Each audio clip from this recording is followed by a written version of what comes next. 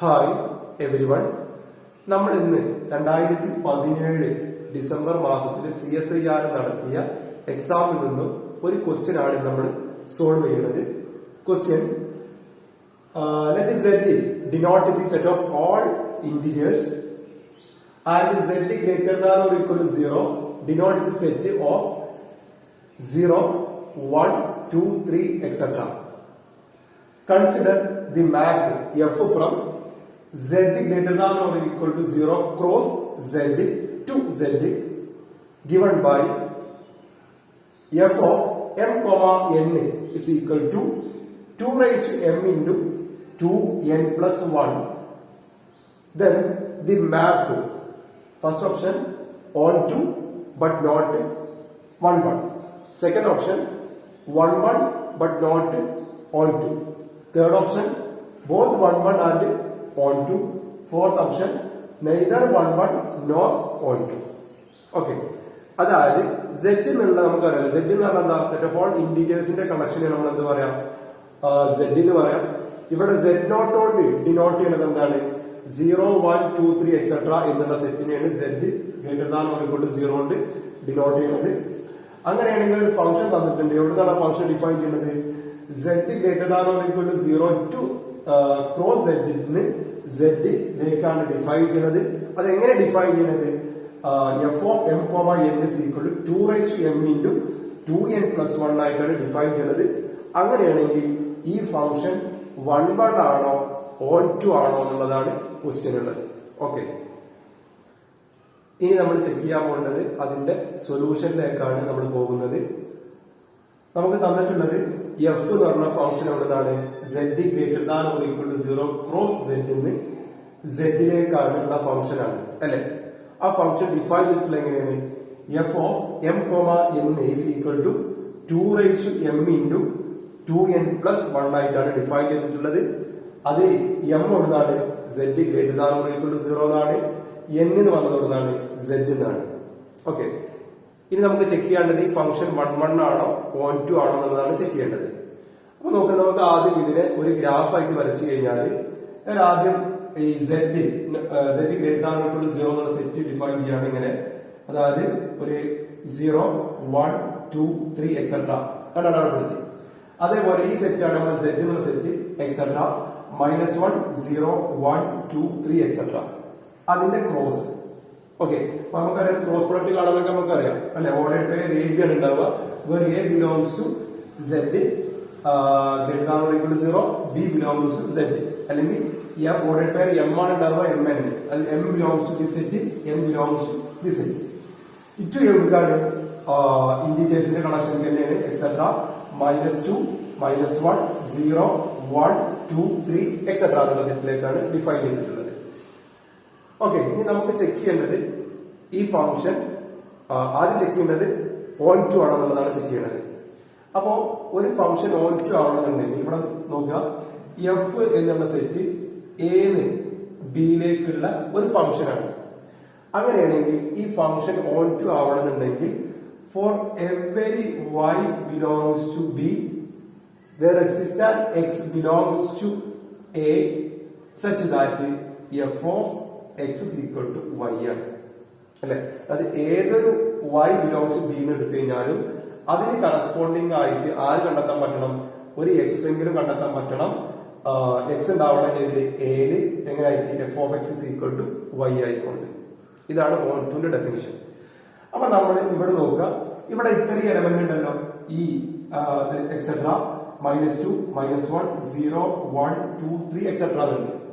ചുരുക്കത്തിൽ ഈ സെറ്റില് ബി എന്നുള്ള സെറ്റില് ഓൺ ടു ആവണമെങ്കിൽ ആരും ഒഴിഞ്ഞു കിടക്കാൻ പാടില്ല എന്നുള്ളതാണ് നമ്മുടെ കണ്ടീഷൻ. അപ്പൊ നോക്കാം, ഇവിടെ 0 എന്നുള്ള എലമെന്റ് ഉണ്ട് ഈ സെറ്റിന് അല്ലെ? സെറ്റിൽ ആരുണ്ട്? 0 ഉണ്ടോ? അപ്പൊ നമ്മൾ ഇവിടുന്ന് ഒരു 0 എടുത്തു കഴിഞ്ഞാൽ അതിന് കറസ്പോണ്ടിങ് ആയിട്ട് ഒരു mn എക്സിസ്റ്റ് ചെയ്യണം. എങ്ങനെ? f of mn is equal to 0 ആയിക്കൊണ്ട്. അതാണ് എന്റെ ഓൺ ടുവിന്റെ ഡെഫിനിഷൻ. ഏതൊരു എലമെന്റ് ഇവിടുന്ന് എടുത്തു കഴിഞ്ഞാലും അതിന് കറസ്പോണ്ടിങ് ആയിട്ട് ഇപ്പുറത്തുള്ള ഒരു സെറ്റിൽ ഒരാൾ എക്സിസ്റ്റ് ചെയ്യണം. എങ്ങനെ? f of mn is equal to 0 ആയിട്ട്. സോ നമുക്ക് എടുക്കുകയാണ് f of m comma n is equal to 0 എടുത്തു. അങ്ങനെയാണെങ്കിൽ f of mn എന്താ? 2 raised to m into 2n plus 1 is equal to 0 ആണ്. Okay, okay, 2 raised to m എപ്പോഴെങ്കിലും 0 ആവും. അതായത് 2 raised to m എന്നുള്ള quantity m belongs to z greater than or equal to 0 ആണ്. m belongs to z greater than or equal to 0 എന്നാണ്. ഇത് എപ്പോഴെങ്കിലും 0 ആവും? ഇല്ല, നമുക്കറിയാം a raised to m എന്നുള്ള ഒരു ഫംഗ്ഷൻ എന്താവില്ല, 0 ആവില്ല. സോ ഇത് 0 ആവില്ല. പിന്നെ ആരാ 0 ആവുക? 2n plus 1 equal to എന്താവണം? 0 ആവണം. അതായത് 2n plus 1 is equal to 0 ആവണം. അങ്ങനെയാണെങ്കിൽ n ന്റെ വാല്യൂ എന്താവണം? -1/2 ആവണം. -1/2 എന്നുള്ളത് നമ്മുടെ z ഉണ്ടാവും? ഇല്ല, z ആരില്ല, -1/2 ഇല്ല. അതായത് ചുരുക്കത്തിൽ ഈ ഒരു function f of mn is equal to 0 എന്നുള്ള ഒരു മാപ്പ് 0ക്ക് എന്തുണ്ടാവില്ല, ഒരു മാപ്പ് ഉണ്ടാവില്ല. therefore നമുക്ക് എന്ത് പറയാൻ പറ്റും? ഈ ഫംഗ്ഷൻ എന്തല്ലാന്ന് പറയാൻ പറ്റും? ഓൺടു ഫംഗ്ഷൻ അല്ലാന്ന് നമുക്ക് പറയാൻ പറ്റും. ഓക്കെ, നെക്സ്റ്റ് നമ്മൾ ചെക്ക് ചെയ്യാൻ പോകുന്നത് ഇത് 1 ആണോ എന്നുള്ളതാണ്.